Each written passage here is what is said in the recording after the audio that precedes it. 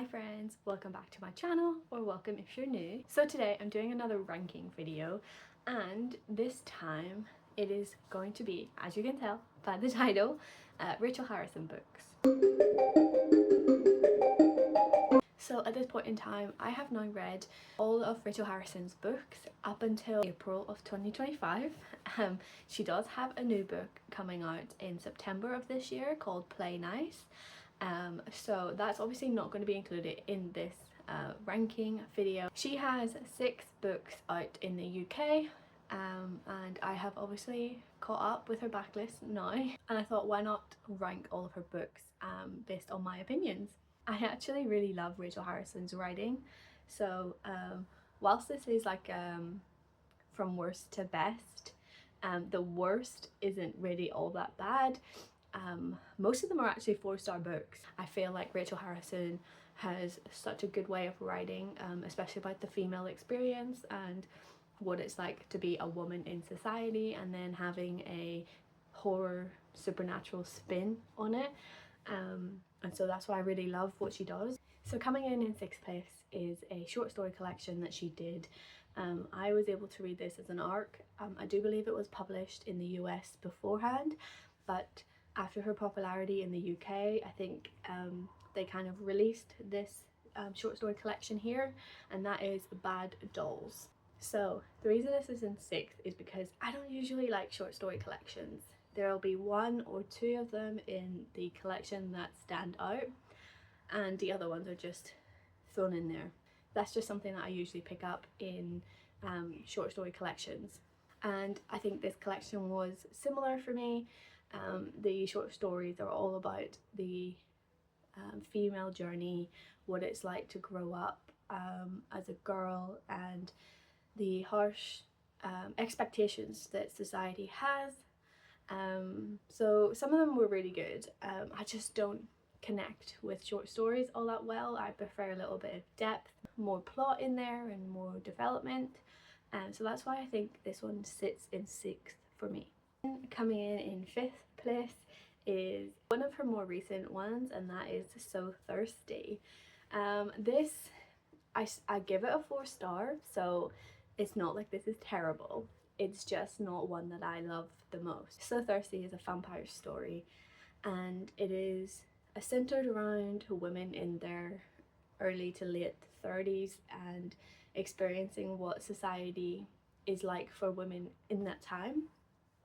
The constant fear of growing old and looking old, and I feel like she uses the vampire trope so well to define what that's like for women. They're so obsessed with not looking old, they want to look young, get rid of the wrinkles, and obviously if you are a vampire then you're immortal, so all of those aging elements disappear, and it's like getting that wish and living as a vampire. And then it obviously is a horror book, so it's not just about contemporary problems.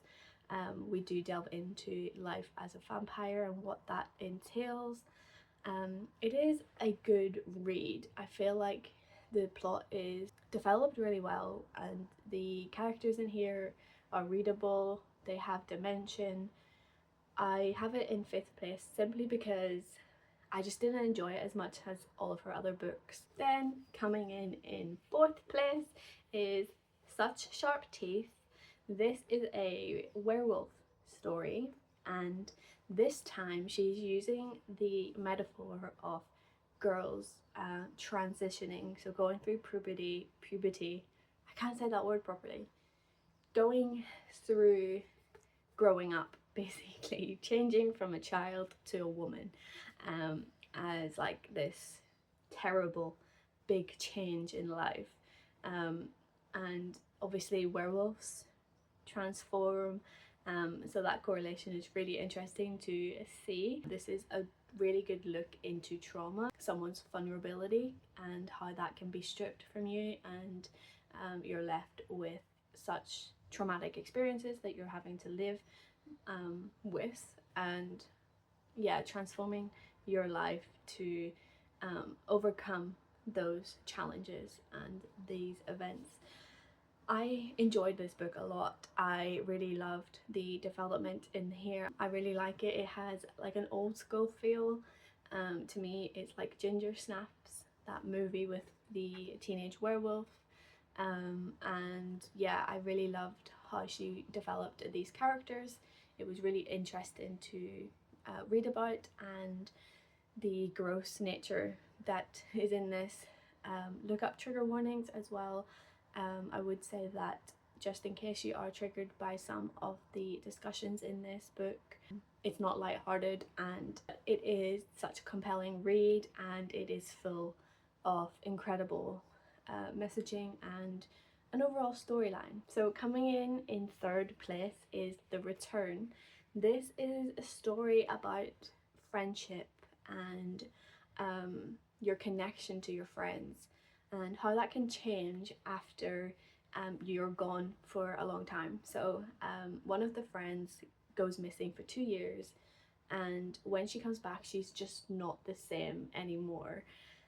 And obviously that's where the horror is. She is a changed person. One of the friends can kind of see that, and it's all about like uncovering the reasoning why, what happened, and I guess just trying to become friends again, you know, like learn who this new person is.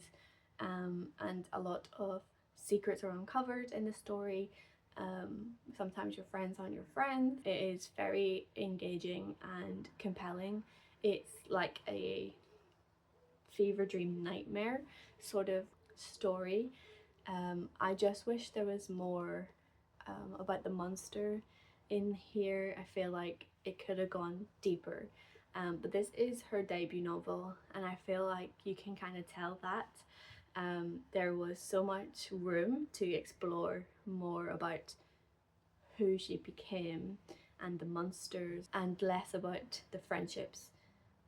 That's just a personal opinion. I would much rather learn more about how the friend who disappeared became who she became. I do still think it was an incredible story. It was well written, and it was well paced, but obviously there is room for much more depth. Then coming in second place is Black Sheep. This is a story about being an outsider in your own family. It's a cult story. It's about leaving a situation where you don't feel comfortable or like you're wanted there, and then being invited back and learning what their intentions are for you, and they're not openly welcoming you back. They have an ulterior motive. Yeah, it's an intriguing read. I absolutely loved our main character. I feel like she had so much depth to her. She's kind of like not your happy-go-lucky character, but she has this whole like anti-hero sort of vibe. And I really love that about this book in particular. It gives her more human-like elements and like how she would survive in society itself. It is a really good devilish read. To me, this has like themes of the Hellbound Heart, as well as like the princess sort of vibe. It does mix a lot of different elements, and it's well paced. The plot is incredible. I love the developments in here, and understanding Vesper, who's our main character, and how she is pacing herself through this whole mad situation. It's a great read. I really loved it, and yeah, it is in second place. And finally, coming in first place is Cackle. This was the first book I read by Rachel Harrison, and it remains the top of my list. I adored this read. It is magical, it's whimsical, it's dark, it's a fun read. It's about breakups, moving, like whole change in your life, but you can become friends with someone in a new town who helps you get over this guy and become a stronger woman. So it's very feminist, it's magical, it's got love, it's got rage, it's just an incredible time. I loved reading it. I would say it's like a cozy horror, because there is some like darker elements in here, but it is really cozy and warm because it is like a whimsical read. Our two characters in here, Sophie and Anna, they spark up a friendship really quickly, and yeah, it's so incredible. I love this so much. I feel like if you're new to horror, I think this is a great start, because it's not just horror from the beginning. It's like it sets up the story. You learn about the two characters, what they go through, who they are, the town, and then you get into the nitty-gritty, but it is like very minimal. You've got some friendly spiders as well, so if you do have some fears about spiders, probably go in with caution, but it is a great read and one of my favorites by this author. This is the 5-star book that I've given her. So that is my ranking. These are just my opinions. Obviously you could have a different, so if you've read everything that she's done, let me know in the comments, or just tell me what you have read by this author. I would love to know. So yeah, I'm just gonna plop these down. So with that, I'm going to end this video and I'll catch you in the next one. But until then, keep your pages turning and embrace the darkness. Bye!